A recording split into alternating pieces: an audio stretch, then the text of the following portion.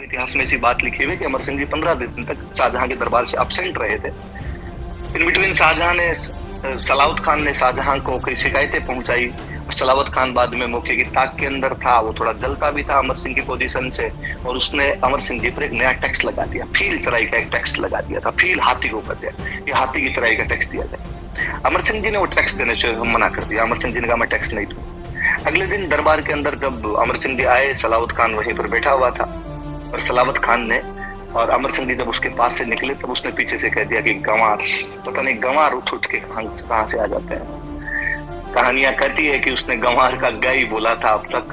तब तक तो उस वीर योद्धा को ये अपमान पसंद नहीं आया। कोई भरे दरबार में मेरे खिलाफ किसी भी प्रकार की छोटी बात, अपमानजनक बात कैसे कह सकता है। अक्सर मेरे दादो साहब बात कहते हैं कि गाय तो रकारा रही हो, अरे कोई रकारा दे दे ये भी तो अपने आप में गाली होती है।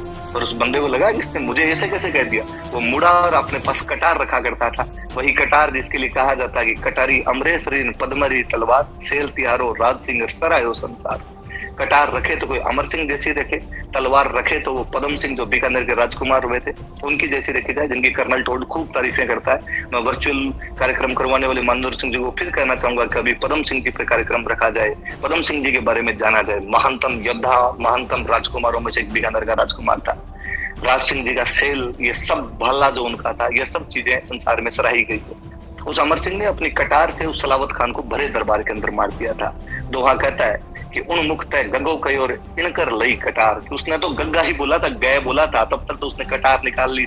वार कैन पयो ने जमदर हो गई पार। गंवार का वार तो बोला ही नहीं था, तब तक इस वीर ने वार कर दिया था। सलावत खान को भरे दरबार के अंदर मुगल बादशाह के सामने मार देता वो आदमी। अफरा तफरी का माहौल था मुगल दरबार के अंदर। शाहजहां सामने बेटा बेटा देख रहा है, उसके साढ़े मीर बख्शी सलावत खान तो एक वीर फाड़ के रख दे रहा उस समय। उस योद्धा के उस समय दिमाग के अंदर आया कि ये सब शाहजहां के कहने पर किया जा रहा है मेरे खिलाफ, और वो कटार लेके शाहजहां के पीछे भागता है कि तुझे बहुत दिन हुए ये करते हुए। शाहजहां को लगा कि आज ये डाकी मारेगा जिसमें कोई शक नहीं है। कहा जाता है कि शाहजहां जिस सिंहासन पर बैठा हुआ था उसके ठीक पीछे जनाने का रास्ता खुला करता था, तो जनाने के अंदर भाग जाता है। जनाने में महिलाओं के कपड़े पहनकर कहीं पर वहां पर बैठकर अपना बचाव करता है। तो इस बात को जानता था कि राजस्थान का योद्धा है, कितने भी गुस्से में होगा तो भी महिलाओं के बीच में नहीं आएगा। ये हमारा नैतिक चरित्र है कि एक बादशाह को डर के माहौल में भी इस बात का पता है कि ये मेरे पीछे नहीं आएगा क्योंकि मैं महिलाओं के बीच में छुप रहा हूँ। कहा जाता है कि अमर सिंह उसके पीछे अपनी कटार फेंकते हैं। यदि आप कभी आगरा का किला देखने के लिए जाएंगे और कोई अच्छा गाइड होगा तो वो बाकायदा आपको बताएगा कि ये वही पिलर है जिस पिलर के अड़के और अमर सिंह जी की कटार रह गई थी। और अमर सिंह जी वहां से बाहर निकलते हैं और अपनी हवेली पर वापस आ जाते हैं। कहते शाहजहां जब थोड़ी देर में अफरा तफरी कम हुई, बाकी मनसबदार जब इकट्ठे हुए, बाकी सरदार इकट्ठे हुए, अफरा तफरी का माहौल मिटा, तब उन्होंने शाहजहां को कहा आजा कपड़े वपड़े चेंज कर ले, बोले वापस आगे बैठ जा। उस दिन शाहजहां के मुंह से निकला था दोहा, सुनना आप कितना अच्छा दोहा है। शाहजहां कहता है कि अमर की कमर में कहां की थी कटारी, पाव से लोहे से हिलाई सारी पादशाही, होती शमशेरी तो छिनाई ले तो आगरी। कि अमर की कमर में ये कटार कहां की थी, आज पाव पर लोहा लेके आया था तो भी हिला के चला गया। गया है ये हमारे लिए बहुत बड़ा चैलेंज है। जैसा कर्नल साहब फरमा रहे थे, बादशाह ने कहा कि अमर सिंह को कौन पकड़ कर लाएगा। अमर सिंह के खुद के सारे इस दबाव के अंदर आए। अर्जुन सिंह जी गोड़ उनको बुलाते हैं और कहते हैं कि शाहजहां आपसे वापस संधि करने के लिए तैयार, आप वापस चलिए। जैसा कि कहानी आप तमाम लोगों ने सुनी होगी, मैं ज्यादा नहीं जाऊंगा उसमें, कि जब वो आ रहे थे एक बड़ा सा दरवाजा था जिसकी खिड़की के अंदर घुसकर निकलना पड़ता था, और अमर सिंह जी जब उसमें घुसते हैं वो पीछे से वार करता है अर्जुन सिंह घोड़, और पीछे से वार करके और उनको मार देता है वहां पर। कहते हैं अमर सिंह ने मरते मरते भी वापस अपनी कटार का वार किया था अर्जुन सिंह घोड़ पर, उसका कान कट गया था। अमर सिंह गज सिंह गोत्री करी अचल राठौड़, कान बाढ़ बुचो कियो गुनहगार से गोड़। कि उस अर्जुन सिंह घोड़ को कान बाढ़ के बुचा कर दिया था उस आदमी। आगे की कहानी फिर हम तमाम लोग जानते हैं कि अब उनकी हाडी जी रानी जी जो है उनके साथ में सती होना चाहते हैं। बादशाह ने उनकी लाश देने से मना कर दिया था। जैसा कि कर्नल साहब फरमा रहे थे, उनके भतीजे बल्लू चंपावत, उस बल्लू चंपावत के बारे में तो जितनी तारीफी की जाए उतनी कम है। और तब लगता है कि वाकई मारवाड़ के इतिहास के राठौड़ों के कैरेक्टर में से एक एक कैरेक्टर अपने आप के अंदर इतिहास है। बल्लू चंपावत क्या योद्धा रहा होगा 53 वर्ष की परिपक्व अवस्था के अंदर।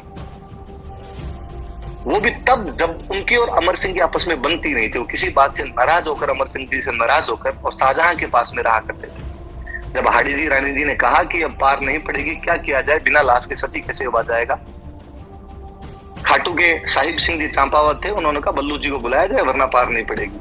बल्लू जी के पास मैसेज किया गया कि अमर सिंह जी की लाश लाने के लिए आपको जाना पड़ेगा। बल्लू जी मना कर देते हैं। बल्लू जी ने कहा उनके साथ जब हमारी बनती नहीं है तो हम जाएं क्यों।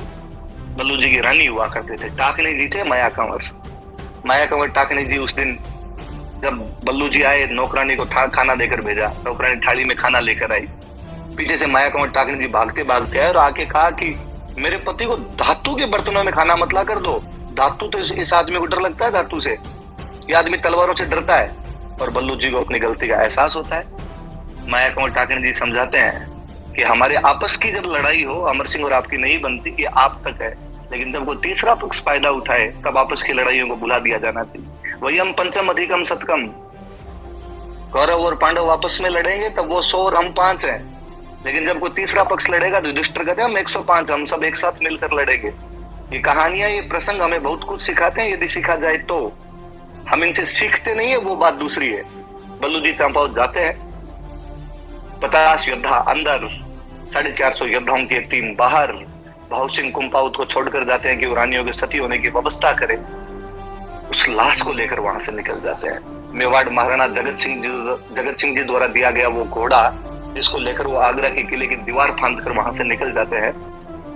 उनके जो साथी थे वो वहां पर लड़ाई करते हैं, मुगलों की सेना के साथ में लड़ाई करते हैं। 3 मनसबदार और 250 आदमी मारते हैं।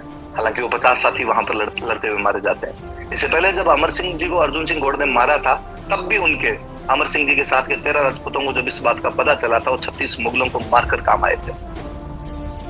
ये रिजल्ट देख रहे हो ना आप, कि 50 आदमी 253 को मार गए, 13 आदमी 36 को मार गए।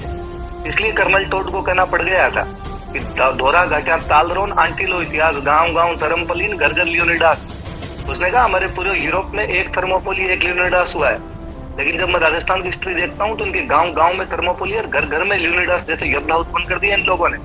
वो रंगड़ हुआ करते थे, वो डाकी लोग थे, जिनकी वजह से, और ये इतिहास पर आज हम गर्व करते हैं, वो खून अलग ही था वाकई कि उन लोगों ने अपने समय में क्या हैरतंगेज कारनामे किए होंगे। मैं राजस्थानी साहित्य का स्टूडेंट हूँ। राजस्थानी साहित्य में हम कुछ चीज पढ़ा करते थे कि साहित्य के क्या क्या प्रकार हो सकते हैं। हम पढ़ते गीत, कवित्व, दोहे, जमाल, शिलोका, उवा का ख्यात, वात और ख्यात, कि इनमें अलग अलग प्रकार की चीजें होती है, अलग अलग प्रकार से काव्य लिखा जाता है। अमर सिंह वो योद्धा है जिसके बारे में तमाम विधाओं के अंदर रचनाएं लिखी गई थी। इससे बड़ी बात उस व्यक्ति के लिए और क्या होगी।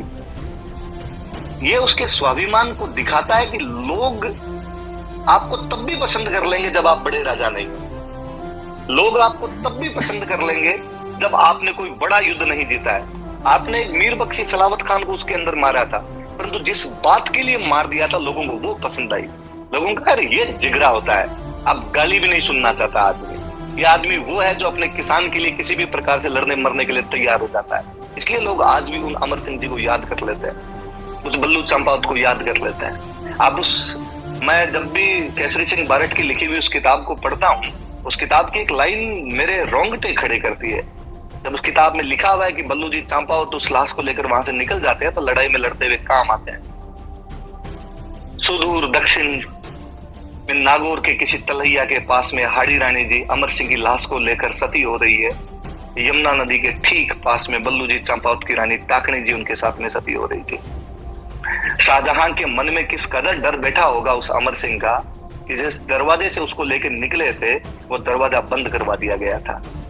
आगरा किले का वो बुखारा दरवाजा 1809 तक तब तक बंद रह गया था जब तक अंग्रेज नहीं आ गए थे। उस दरवाजे को आज भी हम अमर सिंह दरवाजे के नाम से जानते हैं। एक योद्धा एक मुगल बादशाह के दरवाजे का नाम चेंज करके चला गया।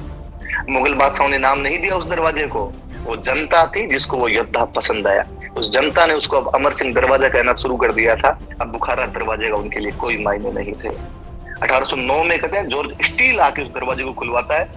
तब तक मुगलों की इस बात को लेकर हिम्मत नहीं हुई थी कि उस दरवाजे को यहाँ से हटा सके।